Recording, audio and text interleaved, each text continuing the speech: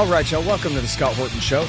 I'm the director of the Libertarian Institute, editorial director of antiwar.com, and author of Provoked, How Washington Started the New Cold War with Russia and the Catastrophe in Ukraine.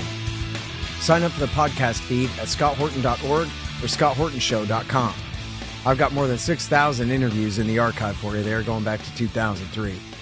And follow me on all the video sites and X at Scott Horton Show. All right, y'all. Introducing Ahmed. He is an American doctor who recently spent some time in the Gaza Strip. Welcome to the show. How you doing? Pretty good. Thanks for having me on, Scott. Yeah, happy to have you here. So first of all, tell us where you're from and where you practice medicine and these kinds of things. Yeah, of course. So I was born in Baltimore, raised in the Chicagoland area. Actually, where I grew up is called Little Palestine. It's the largest congregation of Palestinians in the U.S., Chicagoland, southwest suburbs. Went to medical school, did my residency in Central Ohio, and that's where I practiced medicine. Okay, and then you say you were in Gaza in May, correct? Yes, all of May. All right, so I guess wherever you want to start, maybe how you got involved, and then go ahead and hit us with some anecdotes. Yeah, of course, man. So immediately kind of after October 7th and a month after that, just kind of seeing what was happening in Gaza, I was really inclined to try to do something. Process isn't really that complex. There's a lot of different organizations that do work overseas. I mean, probably the most famous one is Doctors Without Borders that people are familiar with.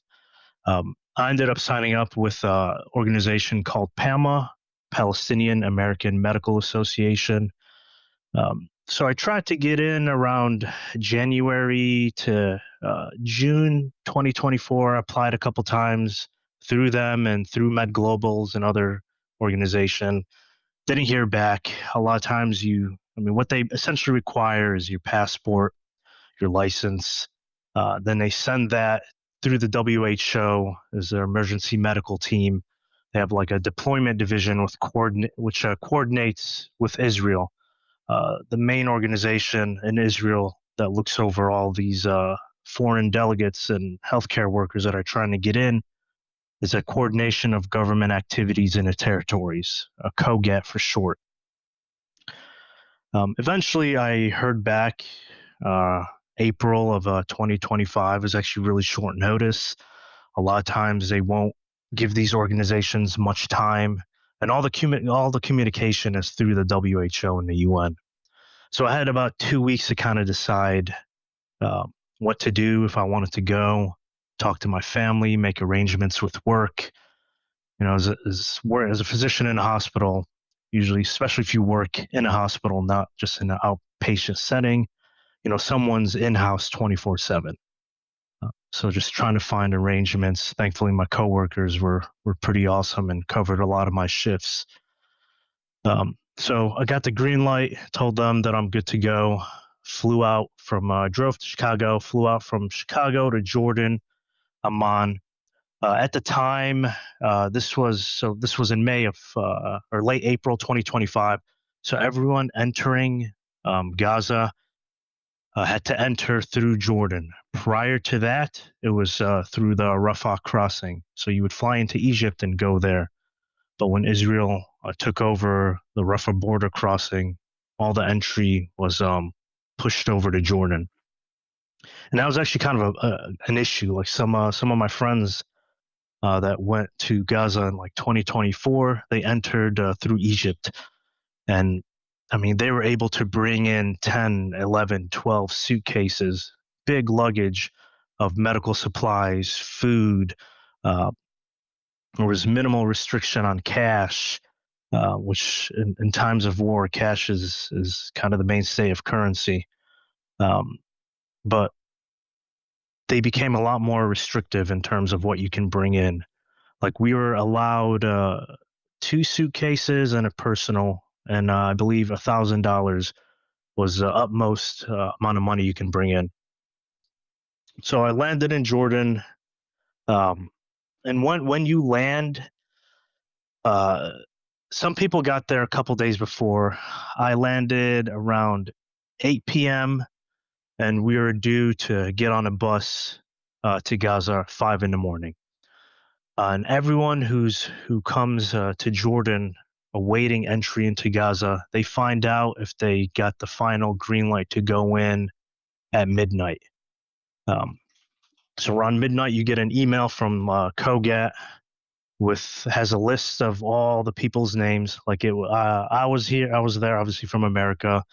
There's a doctor from the UK, a doctor from Australia, uh, another guy from the UK, just people from all over the world, a couple guys from Ireland, and everyone just kind of waiting in the hotel of the lobby. Just kind of we get to introduce each other, get to know one another, and you get the email, and some of these guys, their name was in green, so you're good to go. You can enter. If your name is in red, you can't enter, and if your name is in white, then you have to wait a couple days until they send out a new list to see if you can enter, which is really kind of, I personally think it's somewhat of a deterrent, because you make all these arrangements, you fly halfway across the world, and you only find out if you're allowed to enter 5-6 hours before.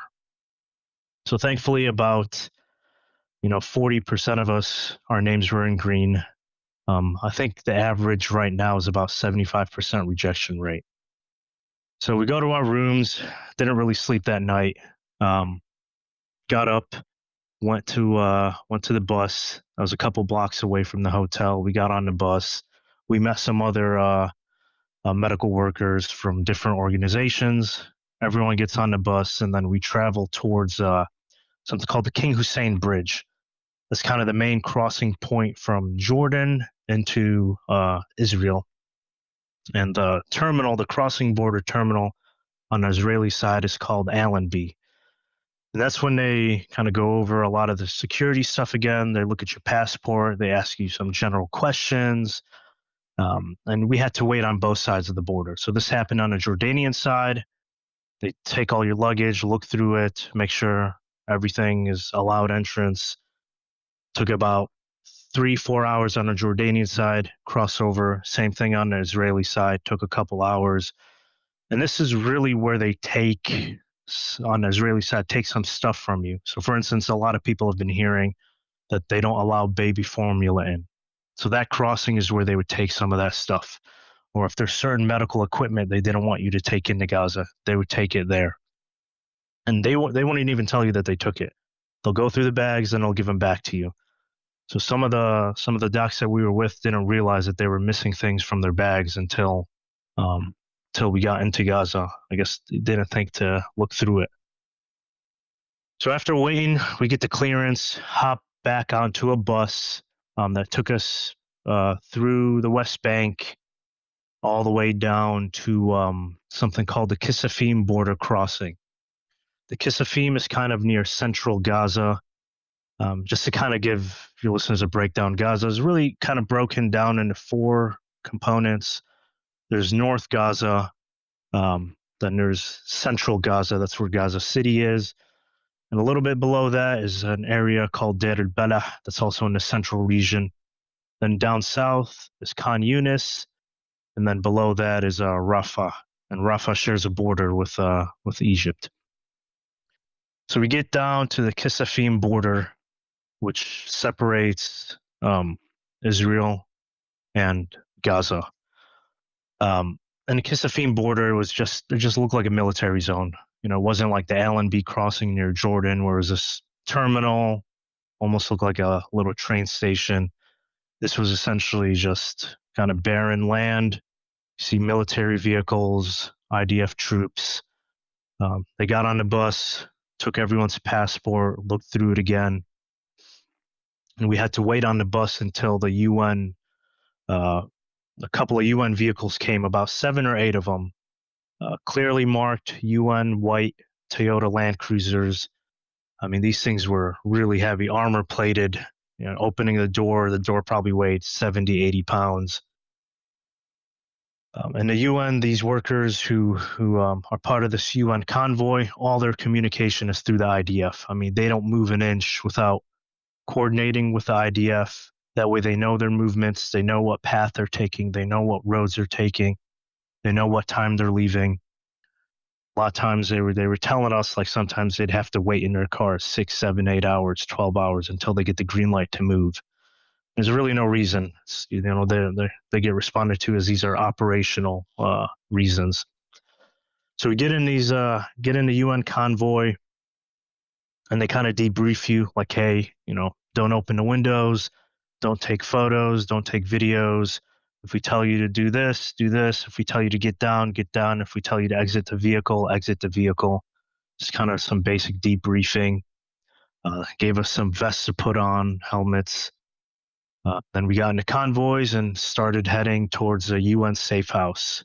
Um, and then, which was about 20, 30 minutes in the vehicle. I mean, Gaza really is not that big, man. It's about 5 miles wide, 5 to 6 miles wide, and 25 miles long. So we reached the UN safe house around 8, 9 p.m., and that's when we meet some of our delegation. So every organization that you go with has a couple of Gazans, Palestinians in Gaza, on the ground there that they coordinate with. Like our delegation was composed of a young physician, an older doc, and then like a medical student. And they're the ones who kind of take you around the hospital. So we got to meet them at the UN safe house. They had their own vehicle, clearly demarcated PAMA on the top of the roof, on the sign.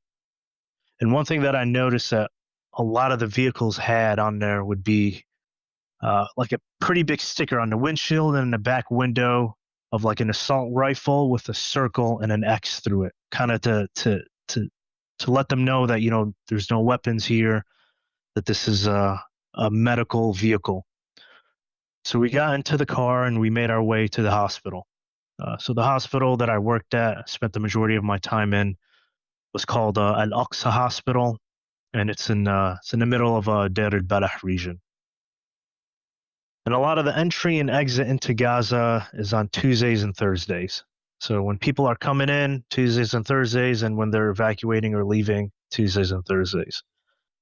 So, we arrived to the hospital. They kind of gave us a tour of the different units, the different floors, how they're doing in terms of medical equipment, medications.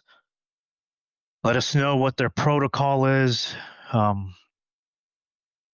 And then they took us to where we were going to be sleeping. We essentially slept in the hospital. That's where we spent our time. In a section that was likely used for medical student lectures, just kind of a big room, empty, a couple, like twin size small mattresses on the floor. There's about 7 or 8 of us healthcare workers that slept in that room, kept our luggage in that room. There's about 3 or 4 keys that we kind of all rotated around depending on our shifts. And almost immediately, man, while we were unpacking, putting our stuff here, like we felt the first bomb go off and it just shook the hospital. And immediately we just looked at each other and we're like, oh man, like, this is it. We're here. That was kind of the first wake up call, minus everything to get in and all the logistics and all that. But that's kind of when reality set in. Not too long after that, we felt another pretty large explosion close to the hospital. And within 5-10 minutes, we began to hear the ambulances, sirens going off. So we made our way down to the emergency department. And that was really my first exposure to a mass casualty incident, an MCI. And you're seeing these ambulances come in, these paramedics taking people out, civilians coming in on donkey and carriage, families carrying people in because they don't have any other source of transportation. And it was such a surreal experience. And it goes from a relatively busy emergency department at baseline to just pure chaos. You have dozens and dozens of people coming in, at times almost 100, 150 people in the emergency department, from patients that are bloodied and broken and burned on the floor, families, screaming, trying to figure out what happened to their family member, healthcare staff running around. So it was complete chaos. I remember seeing that and just kind of felt like a deer in headlights at first. And then just, it's like a switch goes off and you just get to work. Um, and a lot of it was just looking at these healthcare workers in Gaza, these emergency medicine docs, these residents who are operating at the level of a physician, and medical students who are operating at levels of residents and physicians as well. That first mass casualty incident, we were kind of under their wing. They were showing us what they usually do, obviously due to a lack of equipment, a lack of medications. A lot of our training doesn't translate completely to uh, protocols that we would operate here in the States. So immediately as people are coming in, the paramedics do a lot of the triaging based on the severity of the injury that they see. And the emergency department is broken into really 3 zones. Red is the main trauma bay where the worst and most severe injuries go to.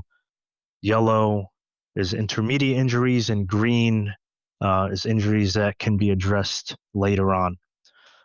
Any patients that arrive DOA or dead on arrival are taken to a back room or taken to the morgue where family or friends can go and try to identify family members. And the types of injuries you see are everything you can think of: penetrating wounds, from gunshot wounds, GSWs. You're talking small caliber pistol to assault rifle rounds, quadcopter, which are these drones with guns attached to them. These large caliber sniper bullet wounds, all the way down to or up to like Apache helicopter bullets. You see blast injuries, limbs blown off, parts of people's, bodies, just chunks missing from human beings. One of the most common things we saw were severe head injuries, traumatic brain injuries, where people would come in most of the time unconscious. A phrase that was common in the trauma bay was brain out or brain matter out, which kind of signified the severity of that wound. So anytime we heard that, a lot of our attention would shift to that patient because they were the most critical at the time. And the burns were very, very severe. We're talking about burn victims are some of the most complex and difficult patients to treat.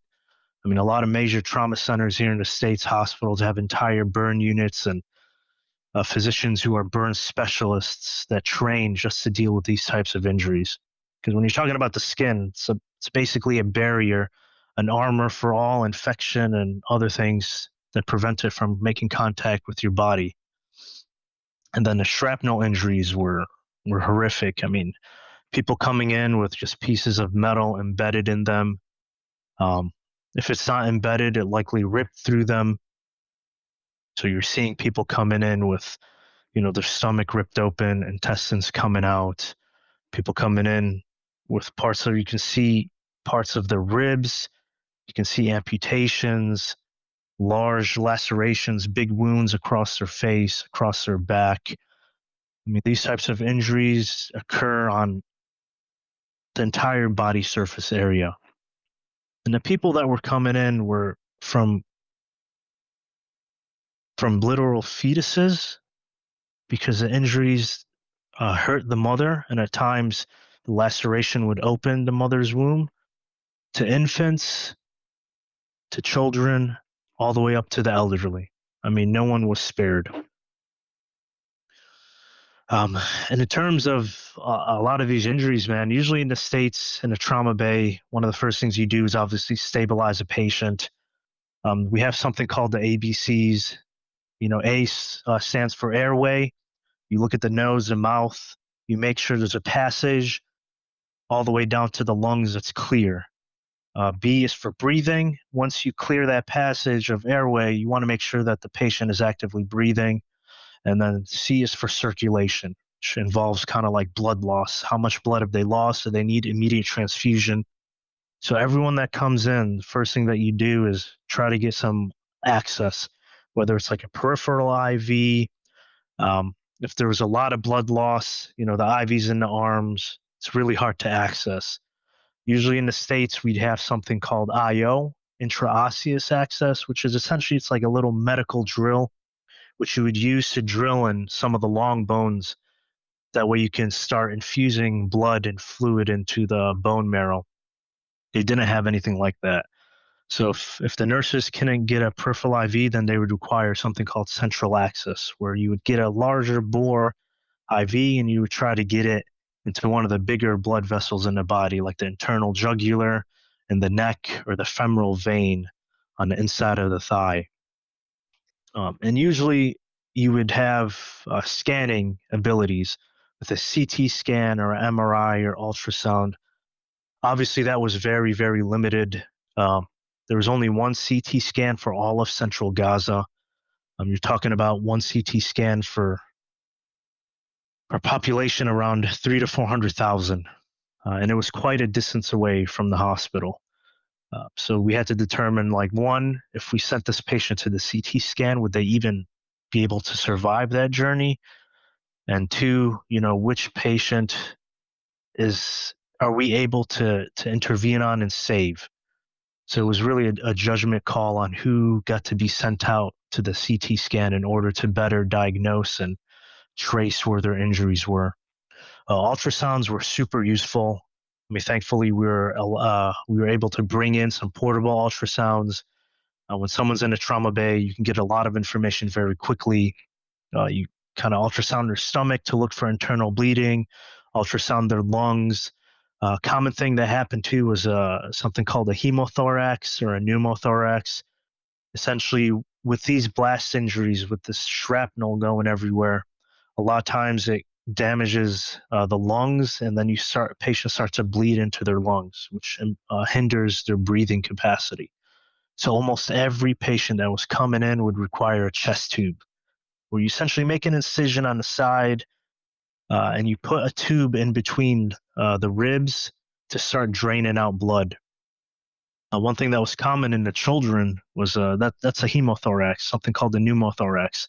Just because of the power of these bombs and the energy from the wave blasts and just the fragile body of children, that wave blast would essentially collapse the lung. So there wouldn't be any fluid in there, but because the lungs are kind of like a negative pressure vacuum. So it would collapse the lung. We'd do the same thing, put that tube in between their ribs, and then you just hear kind of a whoosh of air coming out, and the lung would be able to expand after that. In terms of blood products, those were limited, so we had to pick and choose who we thought would be able to survive and kind of prioritize them in terms of blood transfusions. And just everything else. Like, all these procedures that I'm talking about are usually done in sterile conditions. Like here in the States, if I'm going to put in a central line or put in a chest tube or do any IV access, I'd put on sterile gloves, which are these gloves that are in sterile packing. I would have something like rubbing alcohol or betadine that I can clear the area on the skin where I'm about to do an incision. I mean, that was non-existent. Very, very limited sterile products like rubbing alcohol or betadine. Whatever they did have, they would prioritize it for the operating room, the OR, and we just kind of have to be left to our devices in the trauma bay. So yeah, man, that first MCI, it was a pretty bad one, and it was quite a shocker, man. I remember that patients kept coming in for about 2-3 hours, and we were working nonstop. And when things finally calmed down, you just see a lot of the workers that have been doing this for the past 2 years just begin to kind of joke around with each other, try to break the tension in the room. But yeah, it was a pretty surreal experience. Okay, well, and just to clarify, MCI is multiple casualty incident, right? Yeah, so it's a mass casualty incident, correct? Okay. Oh man, all right. Well, what an introduction to our discussion here. I want to point out this article that's running in Haaretz today. I guess it came out yesterday. It's called "I Saw the Bodies of Children: Moral Injury and Mental Strain Breaking IDF Soldiers." And there's a write-up of it at antiwar.com. And this goes to the previous stories about the essentially ambushing the people at the aid sites, as told by Anthony Aguilar and others, including other IDF soldiers and officers to Haaretz previously. But this is a sniper that talked to Haaretz, and he's essentially telling the same story. There's an imaginary line, and instead of just putting up like metal barricades or even, yellow caution tape or something, they enforce the line that the people are supposed to follow by shooting at them. And this guy, his name is Benny, he says, there's a line that if they cross it, I can shoot them. It's like a game of cat and mouse.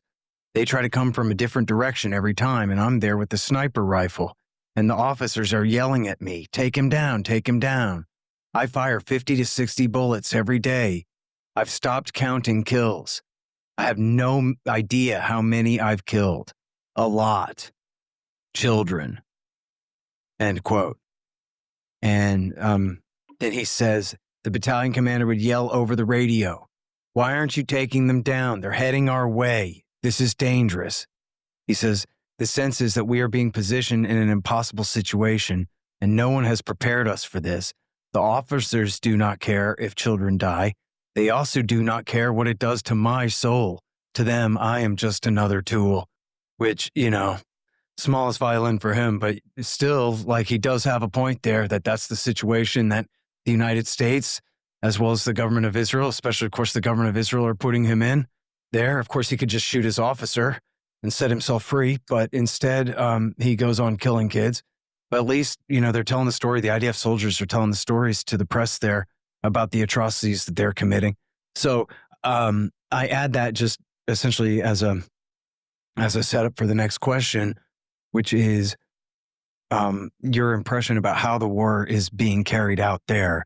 We're told on one hand that the enemy is Amalek and they must all be annihilated, the men, the women, the children, and the babies too. And then, what do you know? They sure do kill a lot of innocent civilians. Then on the other hand, we're told, no, they're just hunting Hamas. And if these other people get in the way, well, they're just human shields and those are the brakes. And so I wonder, what you can tell from inside the emergency room about how the war is being conducted outside of it. Yeah, of course. Honestly, anyone who knows the history of Israel and Palestine and the multiple previous operations that Israel has conducted is not surprised at the way they're conducting this war. There's so much objective evidence and facts detailing how little precautions Israel takes in any of these operations. They simply do not see the Palestinians as human beings. They really don't. They've dehumanized them to the point where they're just, even worse than animals. They're just these creatures that they need to get rid of. In terms of patients coming into the emergency department, like I was saying, we saw fetuses ripped out of their mothers. We saw babies that weren't even 3-4 days old. Wait, let me stop you there. On the previous point there. Now, Yes. I believe the way you said it before, it seemed to be you were saying from injury from the bomb damage, like the women are torn up so badly that, that.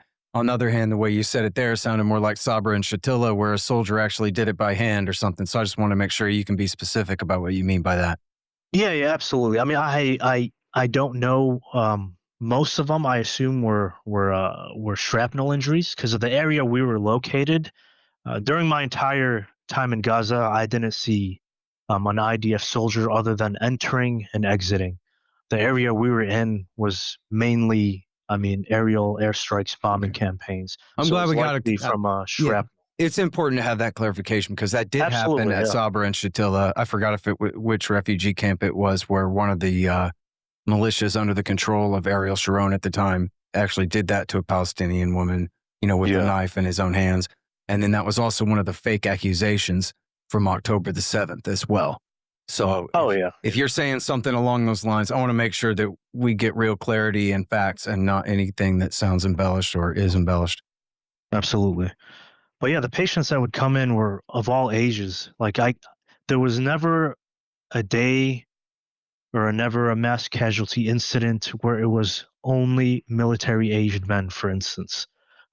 Anytime patients were streaming into the emergency department, it was always like families. You would see children, you would see infants, you would see the elderly, middle aged, like what a typical family would be. Because a lot of people in Gaza, they live in family units. You'd have your immediate family, your wife, your kids, and then living with you in the same apartment or floor above you would be your cousins, your brother and all of his siblings, your parents.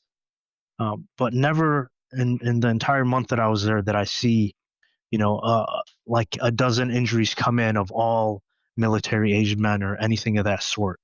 So that kind of gives the impression that a lot of this bombing is very indiscriminate in nature. And I just want to kind of give the listeners an idea of a comparison of the mass casualty events in Gaza compared to what we'd see here in the States. The largest mass shooting in American history was in Las Vegas in 2017. We had a single shooter, elevated position, 61 people who died, 413 that were wounded between the ages of 20 to 67. 100% of those injuries were penetrating traumas from GSW's gunshot wounds.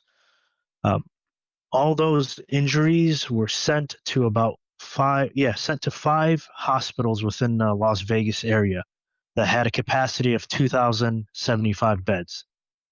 They had 67 operating rooms. I couldn't find data on two of the hospitals, and they had 236 emergency department beds. I couldn't find how many emergency department beds in one hospital. And you're talking about these hospitals with the highest, most modern technology, fully stocked in terms of surgical equipment, fully staffed, all the medications that you need. They were able to call in emergency extra medical staff to come assist during this crisis. Now, compare this to one of the deadliest days in Gaza, which really highlights the indiscriminate um, nature of Israel's campaign that we're talking about, was the hostage massacre at the Nusayrat refugee camp. This happened in June 2024. Uh, Israel, the IDF disguised themselves as humanitarian workers and like displaced persons. And they conducted a daytime raid to free four of their hostages. Um, According to the IDF, a firefight broke out, so they called in ground and air strikes. This was in a densely populated residential area and a market area very close by. 274 dead, 700 wounded, ages from infants to the elderly. And all those were distributed to one major hospital, Al Aqsa, the one I was working at. It had 150 beds. Compare that to 2,000. Had five ORs compared to 67. And it had 19 emergency department beds at the time, 17 of which were already occupied with people just on a regular day coming into the emergency department for help. And in terms of the injuries, in Vegas, you had 100% penetrating traumas, and they were all adults, which really makes a difference because when you're treating an infant or a child, they're not just little adults. Their physiology is different, so a lot of the things you do, and you need different types of specialists to treat them. And this is in a small hospital in Gaza with old, archaic, technology. A hospital already operating at a crisis level of staff, minimal supplies, no CT scanner, minimal ultrasounds, minimal pain medications. So just to kind of draw a picture of the type of environment these healthcare workers are operating in, and the type of environment that these civilians seek medical treatment in. And by the way, the U.S. and Israeli media hailed, this massacre as a successful, hostage rescue mission. Can you imagine something like that happening anywhere else in the world? Where yes, you rescued four of your hostages, but at what cost? 200 dead civilians, 700 wounded. It's very grim, man. It's very grim. Yeah, I mean, I had to quit X because I can only abuse it, not use it. So I have these other projects I just have to get done. So I've been staying away. I couldn't help but get on there for a minute to check some things in current events and maybe post an angry meme. And then, but I'm not on there for 30 seconds before I see a giant massacre and, I don't know, 6 or 8 dead Palestinian civilians on the ground there and total chaos around. And Yeah, I mean, it's the same thing on Instagram too. I mean, despite all these social media platforms trying to limit the flow of information out of Gaza, there's just so much of it that is just overwhelming. Yeah. And then, I look at antiwar.com every morning and I don't have the stomach to do as much reading as I should anymore. And plus I got excuses. So I'm busy, but every day it's at least a Waco massacre. Waco was, some say 76, some say 86. I forget. I'd have to go ask David Thibodeau or something, but it was, whatever. Somewhere around there, massacred by the FBI and the Army Delta Force there in 93. They called it a suicide, but it wasn't. But the thing is, so that's essentially the violence inflicted on the Palestinians. And I'm rounding down. I think it's usually more like 100 every day, but then sometimes it's only like 50. So I don't want to exaggerate. So let's just call it approximately a Waco massacre worth of violence perpetrated against these people every single day for 2 years now. Yeah, there's an Israeli minister who said, and I'm not quoting him, I don't remember his exact words, but something along the lines of, we can get away with killing 100 Palestinians and the world won't notice, or the media won't really care a day. And it really is that much, man, because when you look at Gaza, how small it is, how densely populated it is. I mean, you're talking about 2.3 million people prior to October 7th in an area that's 5 by 25 miles. Yeah. It's very, very densely populated. Hang on just 1 second for me. Hey, you guys. This October, Mikkel Thorup is once again hosting the free Expat Money Online Summit this October 10th through 12th. Thorup is a great dude. How do I know?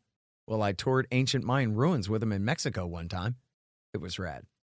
He's a serious expert in residency and citizenship laws and customs around the world. He knows it all, chapter and verse, where you can put your money and put yourself anywhere in the world you might want to go. He can show you how to acquire second residencies and other real estate, get foreign citizenship, legally mitigate taxes, set up offshore banking, and more. This year's summit is focused on Latin America. Mikkel and other top-tier experts will help you build your offshore Plan B and understand the geopolitical forces reshaping the region. Head over to expatmoneysummit.com to reserve your free ticket today. That's expatmoneysummit.com.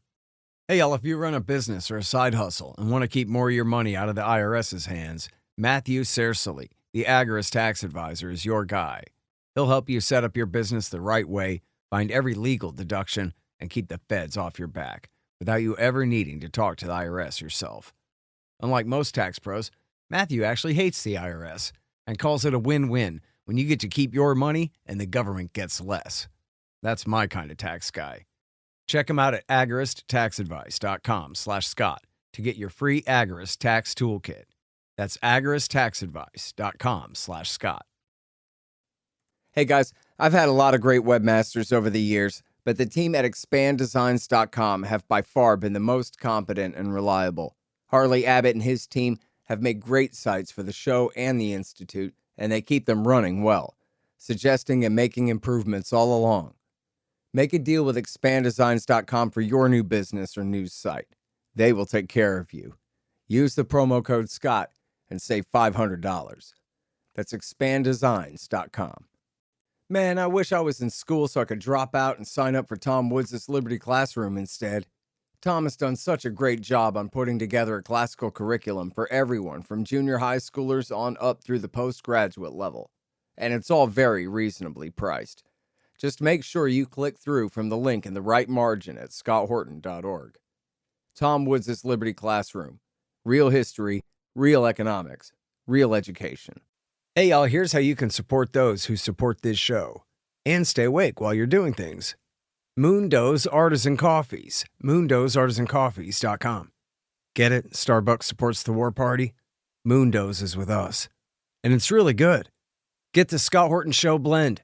Just click the link in the right-hand margin at scotthorton.org. It reminds me of what the Clinton people told the Bosnian Muslims. You need at least 5,000 dead, and then we can come.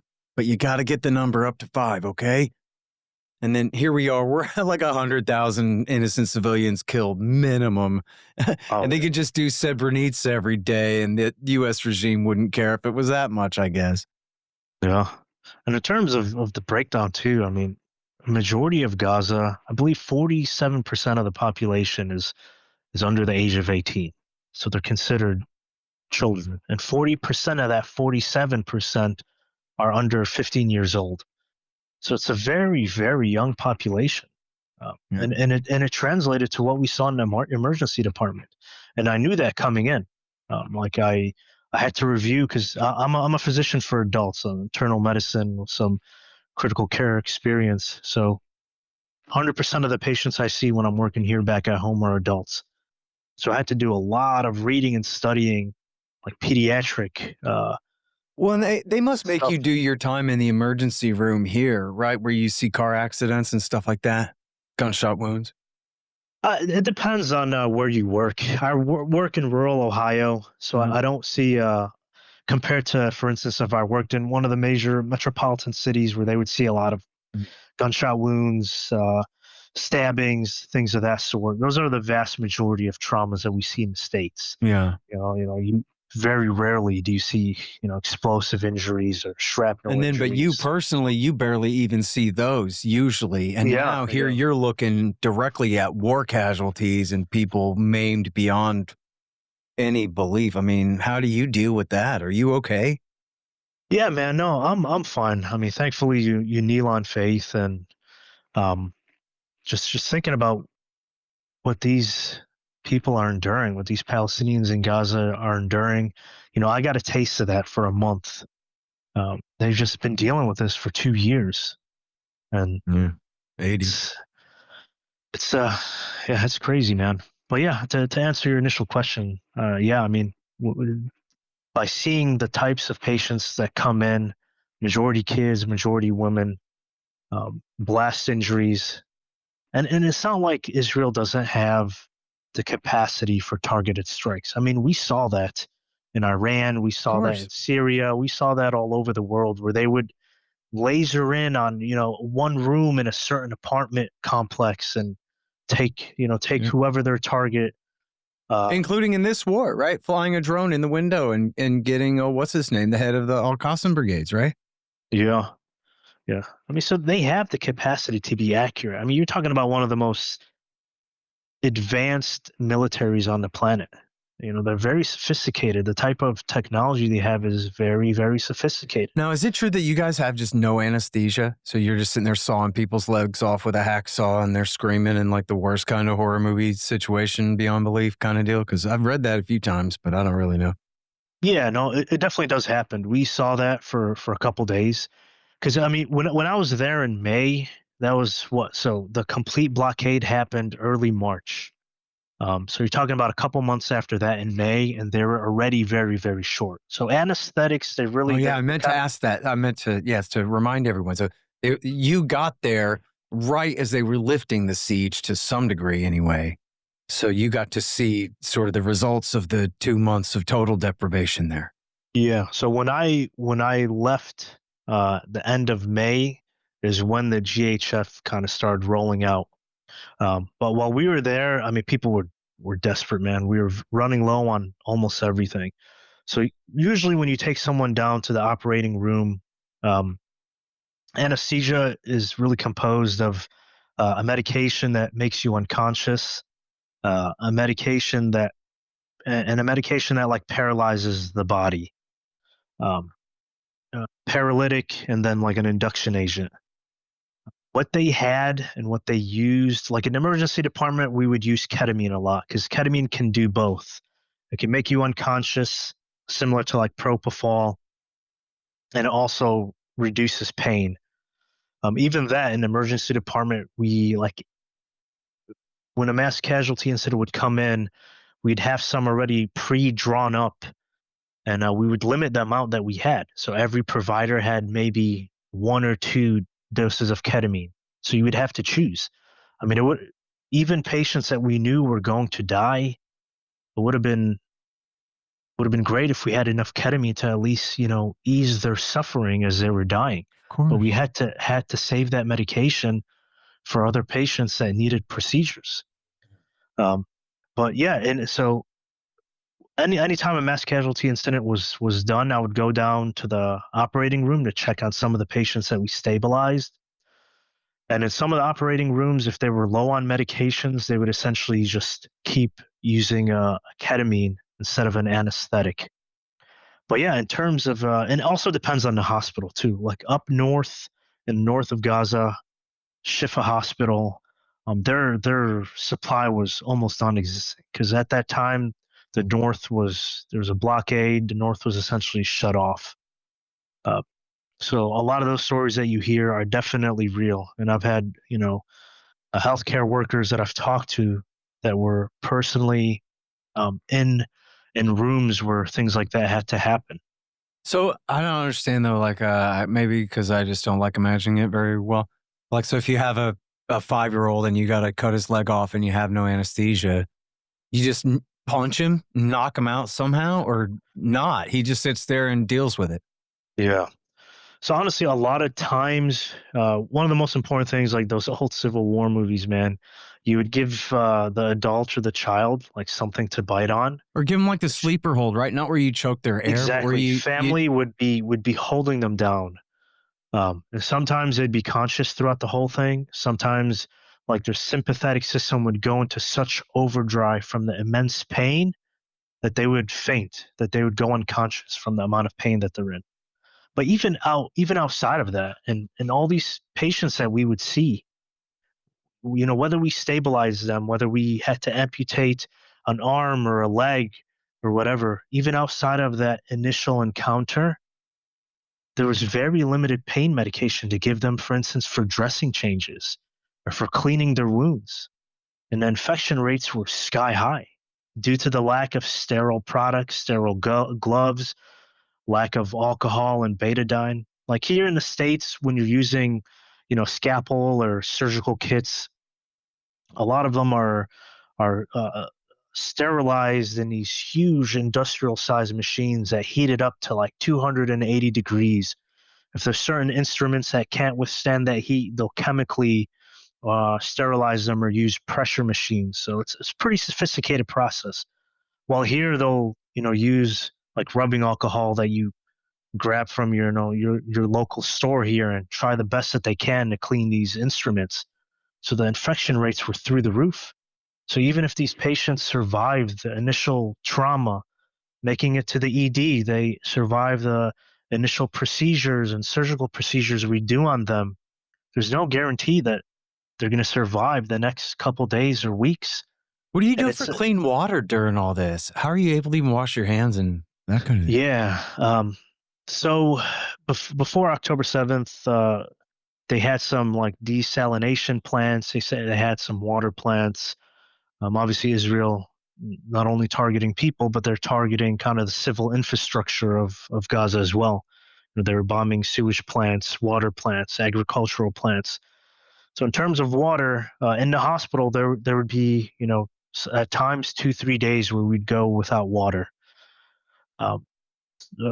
They had in the hospital itself, they had a central water cleaning machine where, and it was clean for the local population. And when I say clean, you can put quotation marks on that because I didn't run any labs on it, but I know like Oxfam ran some research on it, and at the time they were saying that around 70% of the water wouldn't be deemed drinkable in developed countries. And I felt that, man. I even with my little water bottle with a filtration straw in it that I had, that I would use to filter out the water, I still got, gastroenteritis, stomach viruses and diarrhea and vomiting. The locals, their immune system is a bit heftier, so they're used to it. But even they would get sick from the water. And at times they would, target these plants, destroy them. Some of the civil defense, civil infrastructure workers there would try to get it back up and running. And the same thing with electricity. The hospital had backup generators, but obviously those are run by fuel, and fuel was short. So at times there would be hours, long stretches of time where they would run out of electricity. And in a hospital setting, that's catastrophic. I mean, if you don't have water, you can't really run dialysis machines. Obviously, you can't provide drinking water to patients. Electricity, as long as there's a backup generator, a lot of these people who are in the ICU, intensive care unit, they're on, mechanical ventilators, obviously need electricity in order to breathe for the patient. They're on these machines that infuse these medications that are keeping these patients alive. So there's no doubt that people have lost their lives due to a lack of basic amenities like water, food, and electricity. Yeah. Our great news editor at the Institute, Kyle Anzalone, libertarianinstitute.org, he was documenting in detail about their excuse for withholding, bandages and antiseptic and anesthesia, scissors and any kind of thing, was they would call them dual use items, which just like they do with human shields, they take a term that already means something and then they just misapply it. So dual use always meant like a magnet that could be used for all kinds of scientific experiments, but also it could be used to help spin a uranium centrifuge or whatever part of that process, right? So it's dual use means this thing could be used. Oh, another example. This is what they did to Iraq under Saddam Hussein after Iraq War I. They said, no, you can't have chlorine for your drinking water because chlorine can be used as a chemical weapon. It's a dual use item, so no chlorine for you. And of course, then people all died of dysentery and cholera and the rest because of that. But so it was a cheap excuse then, but at least the term meant something. Here, dual use now means someone else could use it. So if you send in anesthesia, well, Hamas could benefit from anesthesia. So that makes it a dual use item. Yeah. And I'd love to ask him, what's the dual use for baby formula? These people are starving. Mothers who gave birth are unable to feed their newborns because they themselves don't have nutrition, enough calories to produce breast milk. So what's the dual use of baby formula? Besides, to me, they see it just as a quick and easy way to kill off new Palestinians. Obviously. That's exactly what it is. Palestinian babies grow up to be Palestinians. Exactly. And they've said that, and sometimes outright and sometimes in coded language. I mean, it's truly devastating, man. The biggest thing that impacted me there was honestly the children. I mean, there's a new medical term that was really formulated by healthcare workers and humanitarian workers in Gaza. WCNSF, short for Wounded Child, No Surviving Family.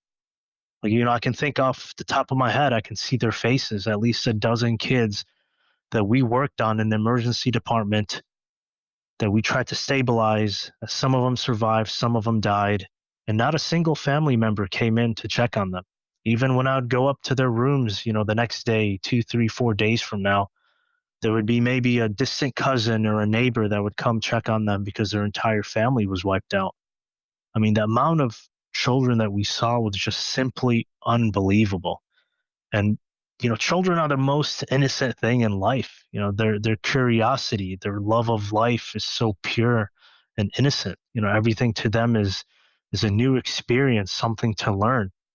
And when you see a being like that, that's experiencing such unbelievable amount of pain and fear, and they're unable to rationalize it, they're unable to make sense of it. It's something that's truly heartbreaking. And at the same time, I remember this child, maybe 7 or 8 years old. It's honestly difficult to assess their age because they're also malnourished, and a lot of them are older than what they look like because they're not growing properly. But this kid who lost both of his arms, and he was just always smiling. He was always happy. One of the things that I filled my bags with was just a bunch of candy, chocolate and different types of candies. And me and some of my other colleagues, we'd go up to the pediatric ward and we'd always pass out candies. And these children would light up. Like something so simple would bring them so much joy because of the misery that they're in. I mean, even the mothers, man, like the mothers would joke around. They'd be like, oh, the kids are getting candy. Why can't we have some candy? And we tell them, we're like, all right, let us make our rounds, give all the kids some, and we'll come back and give you guys some too. I mean, even like now, multiple UN and humanitarian organizations have cited that Gaza has the highest number of child amputees per capita, not just in the world, but in modern history. And what's devastating is these injuries are so complex because children's bodies are programmed to grow. So if you had a child with these types of injuries, like here in the States or in Europe, they would require, several surgeries throughout childhood as they grew up in order to kind of transition things, and they would need prosthetic adjustment every 6 months or every 4 months. I mean, it's a very, very complex process, even in the developed world. But you see these kids who are just wounded and scarred, and it's something that's going to devastate them for the rest of their lives. All right, listen, I'm sorry, man. I better let you go. But just one last question is, how many hospitals are even left in the Gaza Strip at this point? Yeah, no, of course. Remember that argument? It's all quaint now about whether... Yeah. I remember that first explosion that happened in the courtyard. And did they bomb that parking lot or not? Yeah. Yeah. So prior to the war, there was 36 hospitals in Gaza that had about 3,500 beds serving the 2.3 million population in Gaza. Every single hospital has been attacked. Currently, out of the 36 hospitals, the latest information I saw from the UN was about 16 are partially functioning. And the only one that's fully functioning is in the south, which is a Nasser medical complex. That's the only one that you would, qualify as somewhat of a fully functioning hospital. In the north, Shifa, which was the largest hospital prior to the war, and that was like kind of their academic institute, like, their John Hopkins or Mayo Clinic. I mean, you can look up the videos or look up the pictures. They completely bombed it. At the time when massacres were happening up there, they only had 2 open operating rooms. So in the north, there's no functioning hospital. In central Gaza, there's maybe 2 or 3 functioning hospitals. And in the south, Nasser Medical Complex is considered the only fully functioning hospital in the entire Gaza Strip. God dang. All right. Do you have plans to go back there? Yes. So past couple months, they've been very, very restrictive on allowing physicians in, but I'm definitely going to try to go back. It's hard to, after kind of seeing all these things and kind of being amongst the people and communicating with them and just really living with them for a month, it's hard to not feel like a part of you is still there. So I'm going to try my best to go back. I'm hoping for November, December. And, I plan on going back as much as I can until they stop me from going. And hopefully whenever this war ends, I want to go back and try to help rebuild as well. Yeah. Well, I don't have the courage or the skills for anything like that, but I'll sure cheer you on from here. And thank you for doing that. I'm very grateful for what you're doing for those poor people. And somebody's got to. I mean, the history of this thing can't be that we were all in on it. Yeah, no, absolutely. And just one thing I want to mention to people is just, we hear all these numbers about 100,000, 200,000 possibly dead. I think the number is going to end up being catastrophically high. And just try to humanize these people. Like for every number, that's a human being, that's a soul, that's a mother, a father, a child that meant the world to someone else. I mean, before I went, my daughter was about 11 months old when I left to Gaza. And I'm grateful that I had the opportunity to go after she was born because it really changed my perspective on a lot of things. And it helped me be a lot more empathetic and kind of work through the exhaustion. But yeah, these people they're human beings. I mean, everyone has heard the story of Hind, that 6-year-old girl that, had 350 bullets shot into her vehicle and essentially bled out. That's just one story of tens of thousands, of hundreds of thousands. And a lot of this stuff is going to come out whenever this war ends. I mean, there's a reason why they're not letting international journalists into Gaza. There's a reason they're hunting down the Palestinian journalists who are employed by, different media companies out here. Yeah. I mean, you're talking about more journalists that have been killed in Gaza than essentially every single major war combined since the U.S. Civil War. From World War I to World War II to Vietnam to GWAT, all of those combined is still less than the amount of journalists that have been killed in Gaza. I mean, that simple question alone of it's like you ask yourself, why won't Israel let international journalists in? Yeah. I mean, that question alone should really break this narrative that they keep pushing. Well, and as you said, why they killed so many journalists.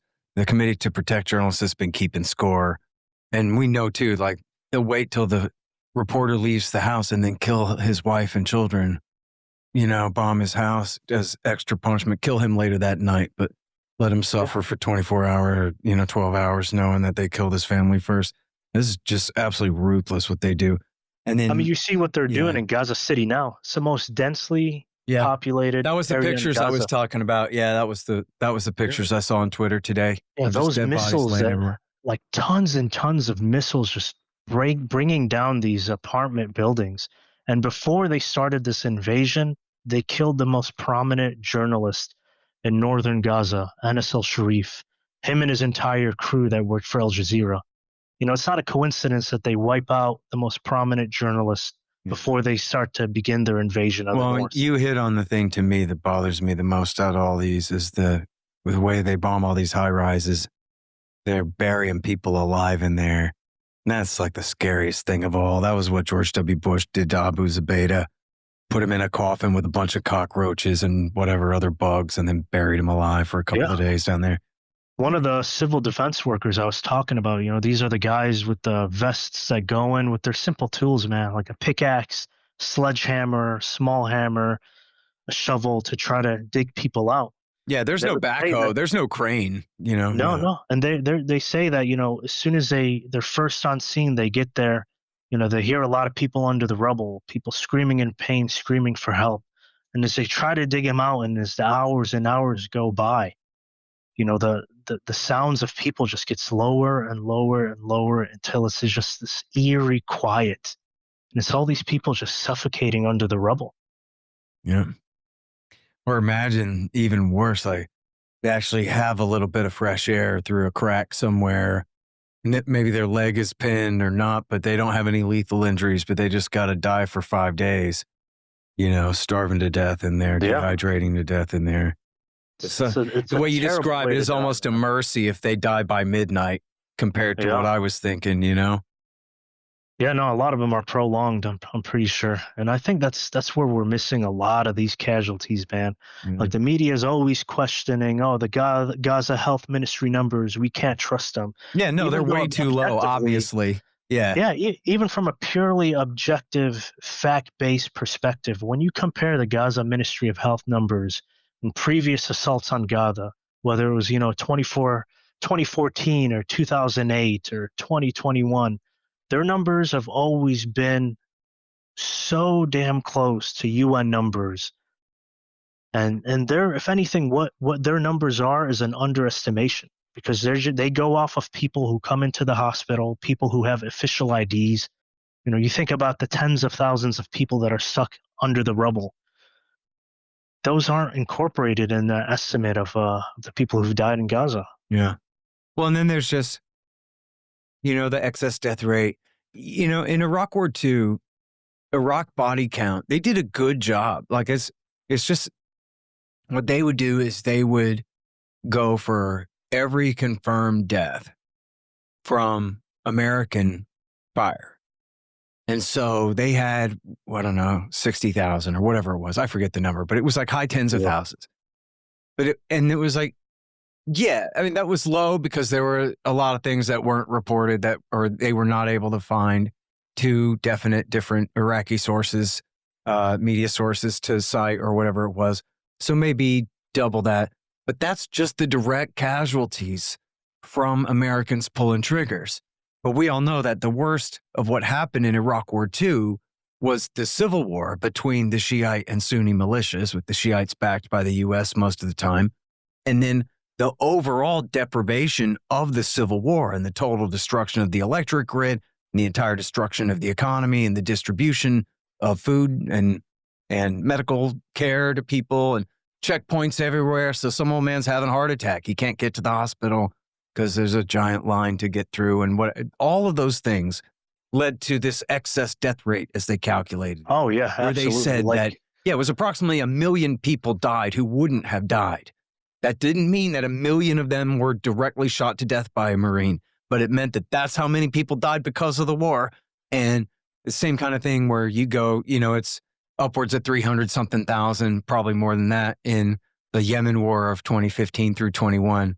And so the same thing here is, if the health ministry is saying, well, we have 60,000 names of dead people who we have their body and we can attach a name to their body, then we know that the number is much higher than that. That's them being as conservative as they possibly can, probably just for their own credibility's sake, because they don't want to be caught claiming one death more than they can absolutely prove, right?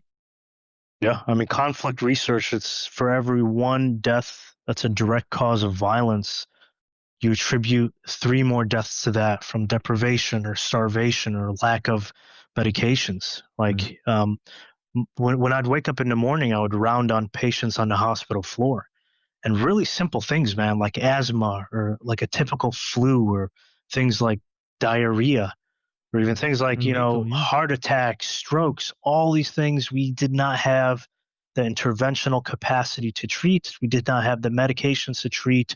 I mean, forget about it. Things like cancer. If someone had cancer prior to this conflict occurring, I mean, those are all deaths that are attributed to the conflict. Yeah, what a horror show. All right, well, thank you for your service. You're really doing the right thing here, and I really appreciate it, and on behalf of a lot of other people, too. Well, thank you for your time, man. Just one more thing. I encourage people to try to dig a little bit deeper on this conflict. There's a ton of historical books that talk about kind of Zionism as a nationalistic ideology. Off the top of my head, Rashid Khalidi's book is phenomenal. Dr. Norman Finkelstein is the world's leading scholar on Gaza. Max Blumenthal is a phenomenal journalist that has done documentaries and has plenty of articles on the gray zone. What we can do here as American citizens and just people all over the world, we can educate ourselves on the topic and cut through the propaganda and the media garbage, and hopefully hold our politicians and our representatives to account that our taxpayer dollars should be spent and used here on us. And even if they're used overseas, let it be for a beneficial cause, not to sponsor and propagate a genocide in our name. All right. Thank you again. Appreciate it. Thanks, Scott. Have a good one, man. All right, you guys. That is Anas Ahmed, MD. Thanks for listening to The Scott Horton Show, which can be heard on APS Radio News at scotthorton.org, scotthortonshow.com, and the Libertarian Institute at libertarianinstitute.org.